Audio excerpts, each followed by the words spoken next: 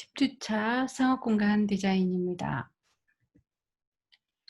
우리 1주차부터 시작해서 지금 8주 중간 발표 지나서 평면 스터디 두 번째 진행을 했고, 오늘이 평면 스터디 세 번째 수업 진행하는 날입니다.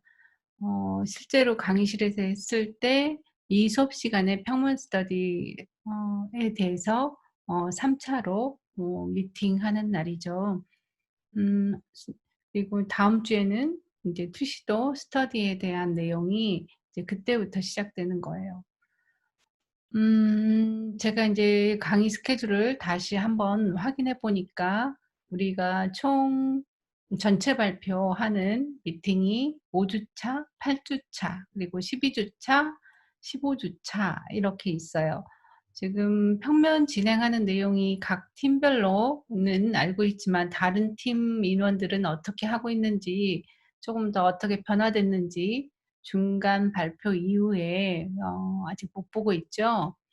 우선은 이번 주에는 조금 더 평면 스터디가 어느 정도 확정된 친구들의 평면도를 공유하도록 할게요. 수업 끝나고 공유하도록 하고요. 그리고 인제 다음 주부터 뭐 어떻게 보면은 우리가 다음 주가 휴강이어서 그다음 주에 만날 때 11 주차에 어느 정도 투시도 진행이 이미 되어 오는 친구도 있을 거예요.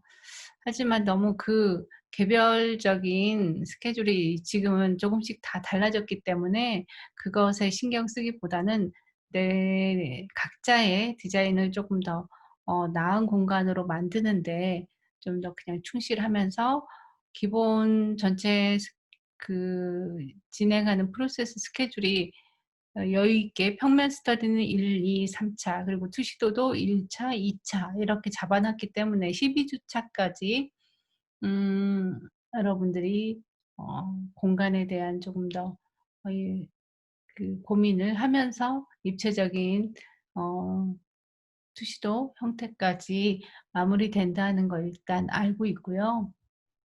오히려 14 주차, 15 주차가 시간이 쫓길 수도 있으니까 그전에 다음 주에 휴강이더라도 뭐 패널 디자인은 아니지만 최종 발표하는 그 발표 자료 만드는 것은 틈틈이 여러분들이 계속 이 프로세스 모드를 포함해서 최종 발표 자료 제안서에 담을 것이기 때문에 음 조금씩 어찌 됐든 전체 스케줄은 지금 이 상황에서 크게 변동이 없기 때문에 어 발표 자료라든가 아니면 나중에 패널 디자인 크기가 정해져 있으니까 그 안에 넣을 뭐 그 내용들을 좀 더 시각적으로 다듬는다거나 하는 것들은 개별적으로 준비를 해 주세요.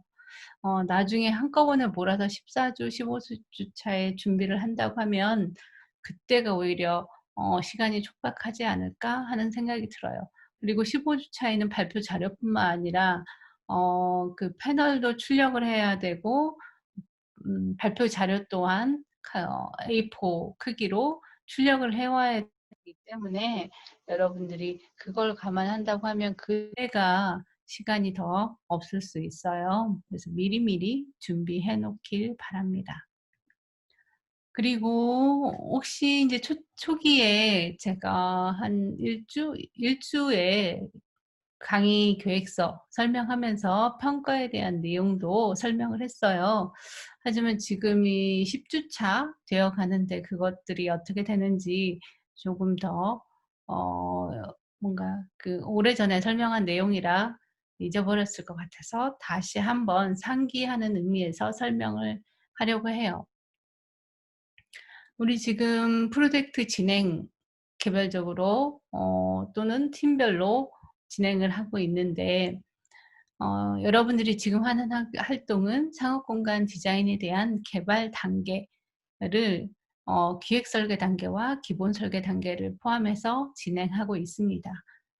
음 그리고 최종 그 디자인 개발된 내용을 음 발표하는 시기에는 패널 디자인과 최종 발표 보고서를 함께 제출할 예정이에요.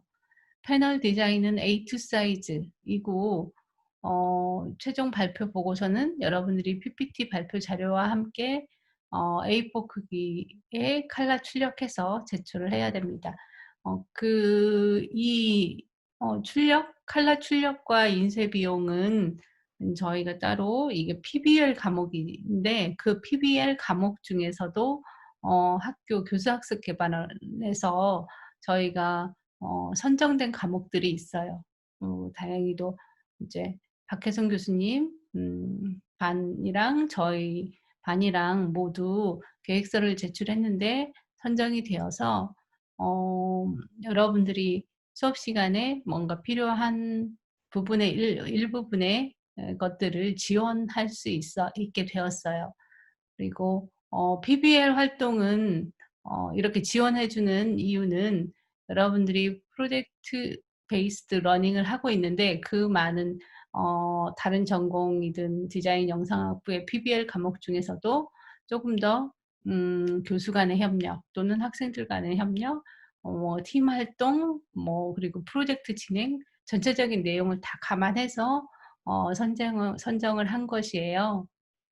그리고 1학기 때 인제도 박혜선 교수님과 저는 학교에서 교수학습 개발원에서 진행하는 GE 워크숍이라든가 GE 뭔가 스터디 이런 것들을 함께 진행을 해서 좀 더 그 PBL 과목 중에서도 좀 더 협력이 잘 이루어지는 과목으로 어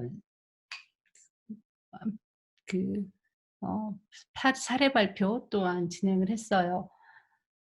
이렇게 설명하는 이유는 그래서 PBL 과목인데 저희 같은 경우는 다 인제 한 교수님이 이 분반 모두를 가르칠 수도 있는데 두 서로 다른 교수가 뭔가 강의 내용이라든가 평가라든가 전반적인 내용을 함께 하면서 하기 때문에 좀 더 의미 있다고 보는 것이거든요. 그래서 인제 저희가 저만 평가하는 게 아니라 최종 기말 발표 자료나 내용은 함께 서로 공유해서 평가도 이루어진다는 것. 저희도 인제 이런 것들을 하는 이유는 PBL 과목으로 인정을 받으면 쪼금 더 여러분들이 이 과목에서 많은 에너지를 쏟으면서 디자인 프로젝트를 진행하는데 어찌 됐든 쪼금 더 나은 평가 어 를 얻을 수 있는 학생들이 많길 바라는 마음에서 이것을 진행을 하고 있어요. 음 그래서 인제 PBL 과목 중에서도 그 선정이 안 된 과목 같은 경우는 이제 최대의 그 성적 평가 비중이 높지는 않죠. 어찌 됐든 쪼금 더 나은 이제 혜택을 받고자 저희가 인제 뭐 보고서도 작성하고 하지만 여러분들이 이제 평가에서도 서로 교수의 협력들이 이루어진다는 거 그것을 얘기하고 싶었습니다. 그 점 알아두고요. 학습 평가 방법도 동일하게 같은 과목이기 때문에 이 평가의 퍼센트나 또 평가에 있어서도 제 과목이라고 해서 저만 보는 게 아니라 최종 평가는 어 서로 다른 분반이긴 하지만 우리 분반에서는 조금 더 어떤 친구가 좀 더 낮게 내용 구성을 했는지 등등 함께 자료를 보고 평가를 한다는 거 알아주길 바랍니다. 학습 평가 방법은 출석은 10% 이고요. 교과목의 역량 평가는 90% 반영이 돼서 총 100% 환산이 되어요. 그리고 교과목 역량 평가는 오른쪽에 써 있는 것처럼 5가지 항목이 합쳐져서 100 점이 되는데 그것을 100 점으로 하면 교과목 역량이 90% 인데 안 맞잖아요. 이것은 학교 시스템에서 제가 사례 발표, 중간 발표, 기말 발표 그리고 과제물, 팀 협력 기여도 이것을 뭐 10 점, 20 점 뭐 기말 발표는 개인에 따라서 뭐 38 점 그리고 과제물 뭐 20 점, 팀 기여도 뭐 9점 이렇게 넣으면 이게 100점 중에 몇 점을 차지하는데 이것을 다시 퍼센트로 그 평가 시스템에서 90%만 반영한다라고 환산을 해 줘요. 그러기 때문에 저는 평가하는 점수는 어 오른쪽에 있는 10 점, 20 점, 40 점, 뭐 20 점, 10점 이거에 대한 개인과 팀의 점수를 저는 인제 기입을 하면 되는 거죠. 어찌 됐든 이 5가지가 교과목 역량에 포함돼서 평가하는 되는데 이 중에서 아마 개인별로 봤을 때 가장 많은 차이가 나는 부분은 기말 발표 에 해당이 된다고 생각이 되어요. 기말 발표는 개인 중심으로 발표를 하는데 40 점이 만점이라는 것. 그리고 나머지 중간 발표도 있었지만 중간 발표에서는 큰 차이를 제가 20 점인데 뭐 다른 팀 제일 잘한 팀은 20 점인데 그다음 잘한 팀은 뭐 15 점을 이고 그다음 잘한 팀은 10 점이고 이렇게 주지 어 않았어요. 왜냐하면 팀 그 팀워크나 팀의 그 평가로 인해서 개인이 어떤 친구들은 장점이 돼서 이득을 얻을 수도 있고 어떤 친구들은 좀 손해를 열심히 했지만 손해를 볼 수도 있는 것이어서 큰 차이가 팀별로 엄청난 큰 차이가 있는 것은 아니기 때문에 중간 발표 같은 경우는 팀별 점수 차이를 많이 두지 않았습니다. 그래서 최종적으로 이 수업에 대한 평가는 어 기말 발표에서 큰 차이가 좀 더 날 것이라는 거 다시 한번 얘기를 합니다. 그렇다고 해서 또 기말까지 너무 개인적인 작업만 집중돼 가지고 하지 말고요. 팀은 팀이니까 팀 내에서 내 디자인은 어떤지 또 다른 친구의 디자인은 어떤지 계속 서로 얘기해 주면서 조언을 해 주면 좋겠습니다. 그런 것들이 제가 얘기를 안 해도 자발적으로 진행이 되었을 때 그것이 쪼끔 더 원활한 의사소통, 좋은 팀워크를 이루는 것이 아닐까 생각을 합니다. 오늘은 전체적으로 무엇을 보여줄까? 아니면 오늘은 지난주처럼 평면 스터디 3차 과정이 수업 중에 이루어지니까 지난주처럼 컨펌을 계속할까 했는데 그래도 이미 평면 진행이 된 친구들이 아주 소수이긴 하지만 어 뭔가 이론적인 또는 그냥 그 여러분들이 알아두면 좋을 조금 더 뭐 한 번 더 생각해 볼 수업 자료를 만들어서 설명하는 것이 좋지 않을까 해서 여러분들에게 오늘은 색채 및 재료계 평면이 다 계획이 되었지만 그것을 입체적으로 생각하기 조금 더 쉬운 음 방법으로는 색채와 재료를 계획해 보는 그걸 검토해 보는 단계가 아닐까 싶어서 오늘은 색채 및 재료 계획에 대해서 좀 빠르게 설명을 해 보도록 하겠습니다. 색채 및 재료는 여러분들이 그 주거 공간 디자인에서도 들었을 거예요. 하지만 인제 색채 같은 경우는 상업 공간 디자인에서 쪼금 더 중요한 매개 변수가 됩니다. 그리고 어 색채로 브랜드의 중요한 아이덴티티를 나타낼 수도 있고 색채를 그냥 내가 좋아하는 아니면은 어 그냥 재료의 특성이나 뭔가 재료의 어 조합을 생각하지 않고 그 당시에 뭐 컬러 트렌드만 적용하는 것은 바람직하지 않아요. 왜냐하면 상업 공간 디자인, 특히 판매 공간의 경우에는 제품 자체가 지닌 색채도 있고 브랜드 자체의 색채가 있어요. 그러면 그렇다고 하면 이 제한된 두 가지 요소와 가장 잘 맞을 수 있는 그러니까 브랜드의 특성을 가장 잘 살릴 수 있는 또 제품을 가장 돋보이게 할 수 있는 색채를 사용하는 것이 중요하겠죠. 그리고 또한 색채의 경우는 실내 재료와 아주 밀접한 관계가 있잖아요. 그래서 색채와 재료에 대한 여러분들이 검토를 한 번 더 해 주면 좋겠습니다.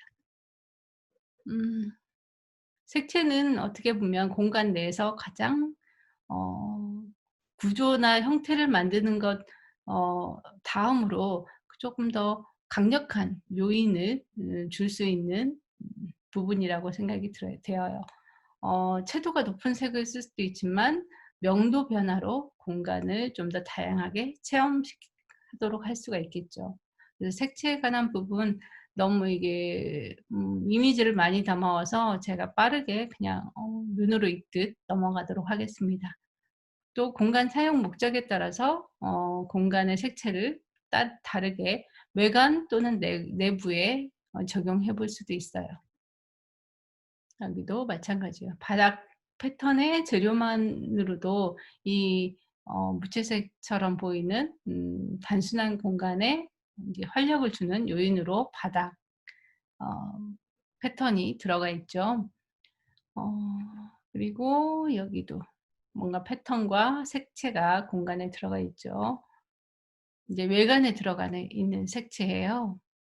그리고 정면에서 봤을 때, 측면에서 봤을 때 색채가 달라요. 그렇다고 하면 내부에 반사된 그 색이 조금 내부에 인제 은은하게 퍼져나갈 수 있겠죠. 이 사례 같은 경우는 시애틀에 있는 도서관인데 여기에는 쪼끔 더 적극적으로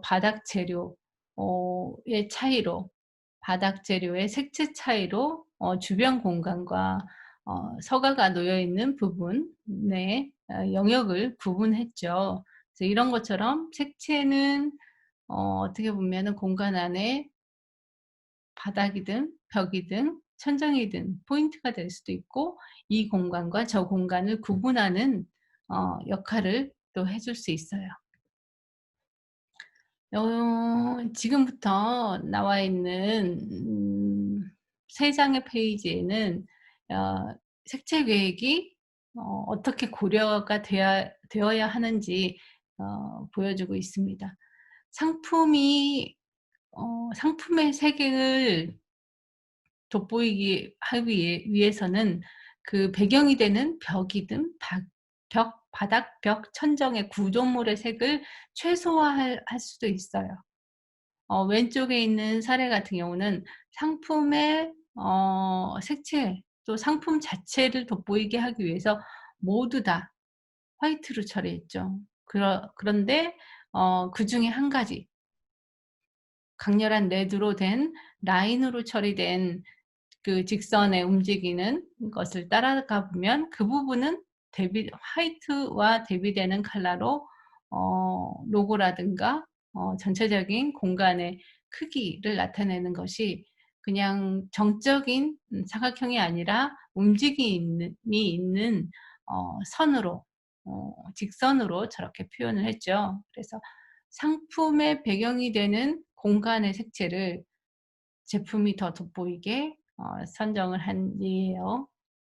두 번째는 브랜드의 아이덴티티에 맞는 색을 공간 전체에 사용할 수도 있어요.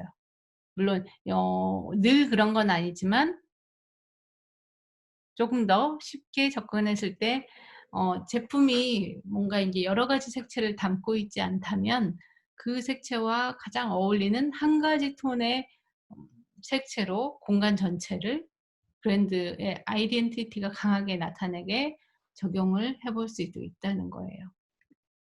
세 번째는 제품 이미지에 맞는 어 그리고 제품을 가장 어 잘 보일 수 있는 색채로 공간을 어 만들어 주는 것도 좋은 색채 계획이라 할 수 있죠.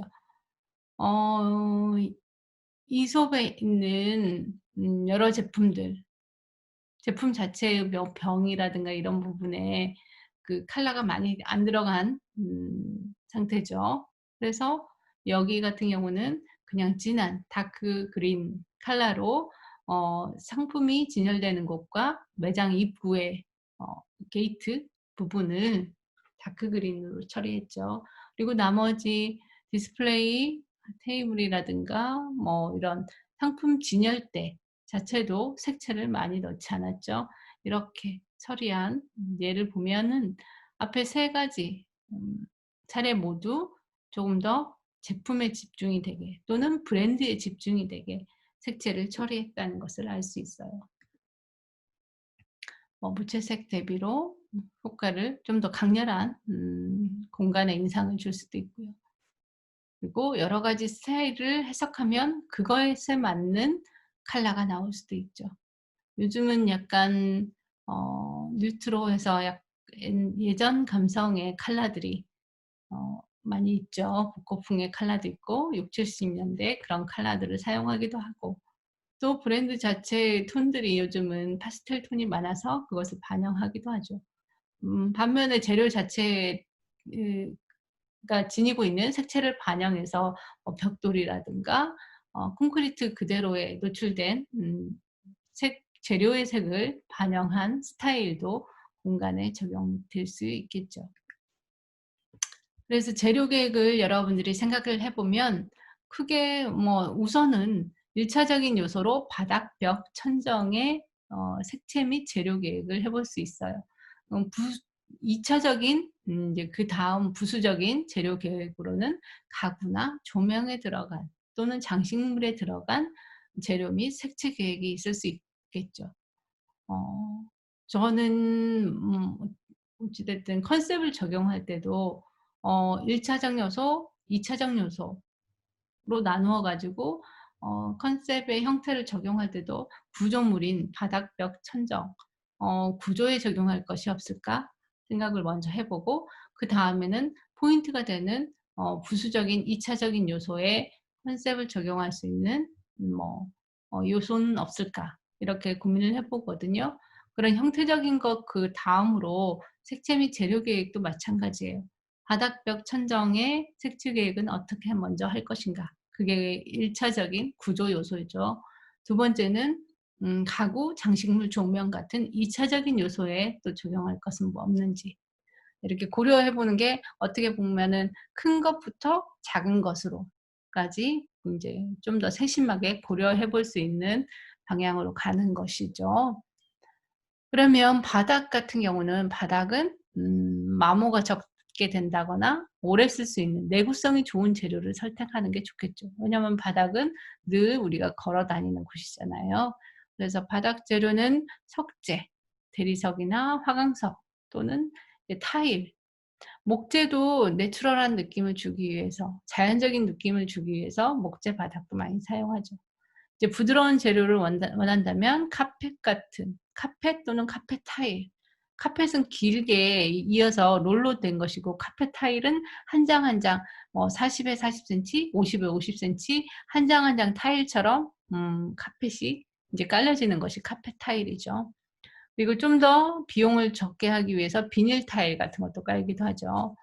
그리고 이것은 인제 재료의 규격이나 시공 패턴에 따라서 다른 느낌을 주는데 평면교회가 반영할 것은 저는 이 점이라고 생각을 해요. 그러니까 공간의 영역이나 조닝에 따라서 재료를 분리하고 또 공간에 어떤 포인트를 주기 위해서 바닥에 어 서로 다른 재료 또는 서로 다른 색채를 사용해서 분리할 수도 있다는 거. 그것 자체가 다른 디자인은 정적인 디자인으로 공간이 직선적인 형태고 또 배치 자체도 직선적이라고 하더라도 그 공간의 바닥 재료 차이에서 뭔가 패턴을 준다거나 그 서로 다른 재료의 차이를 대비를 통해서 공간을 구성을 하면 그걸로도 좀 다양한 다채로운 공간이 만들어지거든요. 그래서 바닥 재료 같은 경우는 너무 다 다르게 하는 것은 통일성을 주기 어려울 수도 있지만 크게 구분되는 조닝 영역에 따라서는 재료를 다르게 구성을 할 수도 있는 것도 포인트가 된다는 거. 바닥 다음으로는 벽도 또 벽의 벽 재료도 석재를 사용할 수도 있고 타일, 벽돌, 목재 다 사용할 수 있어요. 그리고 금속도 사용할 수 있죠. 바닥에 금속을 사용하면 상업 공간 같은 경우 우리가 걸어 다닐 때마다 소리가 나잖아요. 그래서 바닥 재료를 금속으로 사용하는 경우는 많지 않죠. 근데 벽 같은 경우는 금속으로 우리가 금속의 자체의 독특한 또 느낌이 있잖아요. 그래서 금속 재료를 벽으로 사용해도 좋죠.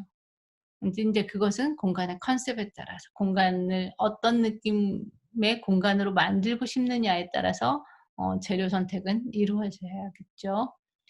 금속은 스테인리스 스틸도 있고 그냥 스틸도 있고요. 브라스는 약간 황금색 그 느낌이 나는 금속 있죠. 금은 아니고.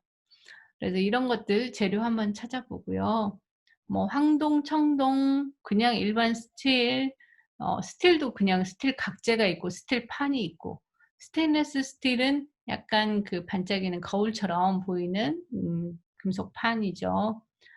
인제 금속 외에 유리도 뭐 반사의 유리도 있을 것이고 투명 유리도 있을 것이고, 공간의 확장감을 위해 어 또 거울을 쓰기도 하잖아요.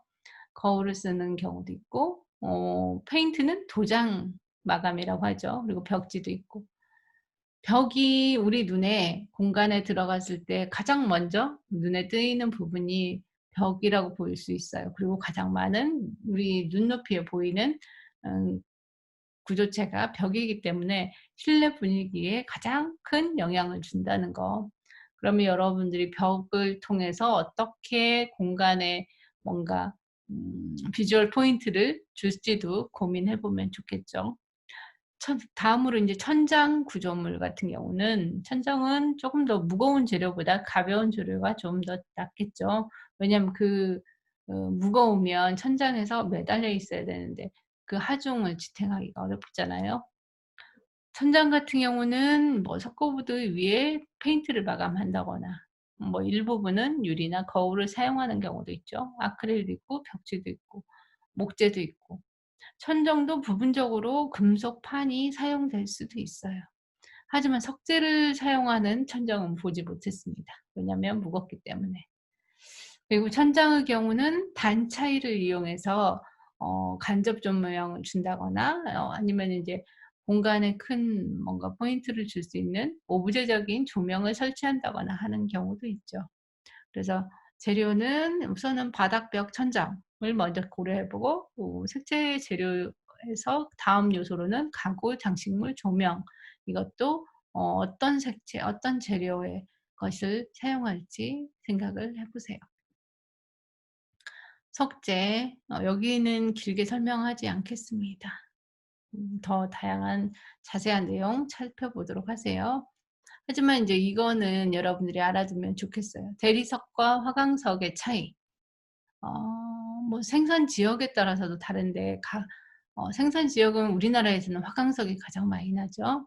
그리고 무늬에 따라서 대리석과 화강석을 구분해요. 화강석은 여러분들이 딱 봤을 때 어떤 거냐면, 저기 왼편에 상단에서 첫 번째, 두 번째, 그게 화강석이죠. 무늬가 어때요? 약간 고르게 되어 있죠. 그리고 그 옆에 있는 붉은색의 검정석 점이 쪼끔 있는 어 왼쪽 상단의 왼편에서 1, 2, 3 세 번째 있는 어 돌 이미지도 그것도 화강석이에요. 그러니까 균일한 무늬가 들어있는 것이 화강석일 가능성이 높고요. 대리석은 약간 갈라진 무늬도 있고 갈라진 선도 있고 무늬 자체도 균일하지 않은 것이 대리석이에요. 대표적으로 어떤 거냐면 오른쪽에 있는 것들 중에요. 오른쪽에 있는 것들 중에, 근데 마블이 왜 왼편에 있을까요? 왼편이 거의 화강석이고 오른쪽이 대리석인데, 대리석 어떤 거냐면 맨 위 상단에서 오른편에서 세웠을 때 하나, 둘, 세 번째 거, 그리고 네 번째 거, 다섯 번째 거 모두 다 대리석입니다. 그래서 그 무늬를 보면 약간 불규칙적이고, 그리고 패턴이 좀 균일하지 않은 거. 또 대리석 밑에 보면 맨 아랫단에 있는 첫 번째, 왼쪽 첫 번째 있는 거, 그리고 오른쪽에서 봤을 때 맨 아래쪽에 오른쪽에서부터 하나, 둘, 셋, 네 번째 것도 대리석이죠. 나머지는 이제 실제로 보면 아무튼 무늬 차이와 약간의 선들이 있냐 없냐 이런 것들로 구분을 해요. 그리고 타일 뭐 사용하는 거에 따라서 작은 크기, 화장실 같은 경우는 요즘 작은 크기의 모자이크 타일도 많이 사용하죠. 1cm, 1cm 짜리도 있고 그게 10 곱하기 10 모자이크 타일이라고 하죠. 또 큰 것은 아주 큰 것은 석재와 같은 크기인 것도 있어요. 예를 들어서 1000 곱하기 2000 정도 되게 큰 돌처럼 보이는 돌이 보통 크게 재단해서 붙이잖아요. 근데 큰 크기의 타일도 있다는 거. 비닐 계통의 시트. 이거는 그 카펫 타일이죠. 그리고 카펫 정도 있고. 그리고 글라스, 유리도 투명, 반투명, 불투명 여러 종류가 있죠. 그리고 겉에 텍스처나 패턴도 다양하게 나와 있어서 볼 수 있고요. 그리고 인제 재료 계획을 여러분들이 계획할 때 실제로 여러분들이 한 이미지로 딱 맞게 모든 재료가 나와 있는 건 없어요. 이런 이미지 맵 작성하는 것은 포토샵에서 재료 하나하나 이미지를 가지고 와서 어 레이어 다르게 배치하고 또 드롭 섀도우로 효과를 주면서 이런 이미지를 만들어 보는 게 좋겠죠. 실제 재료를 저렇게 매치해 보면서 하면 좋은데 우리가 재료를 일일이 구하면서 다니기는 지금 어렵잖아요. 그래서 할 수 있으면 사진이나 포토샵으로 이렇게 색채 및 재료 계획 뭔가 이미지 맵을 만들어 보면 좋겠죠.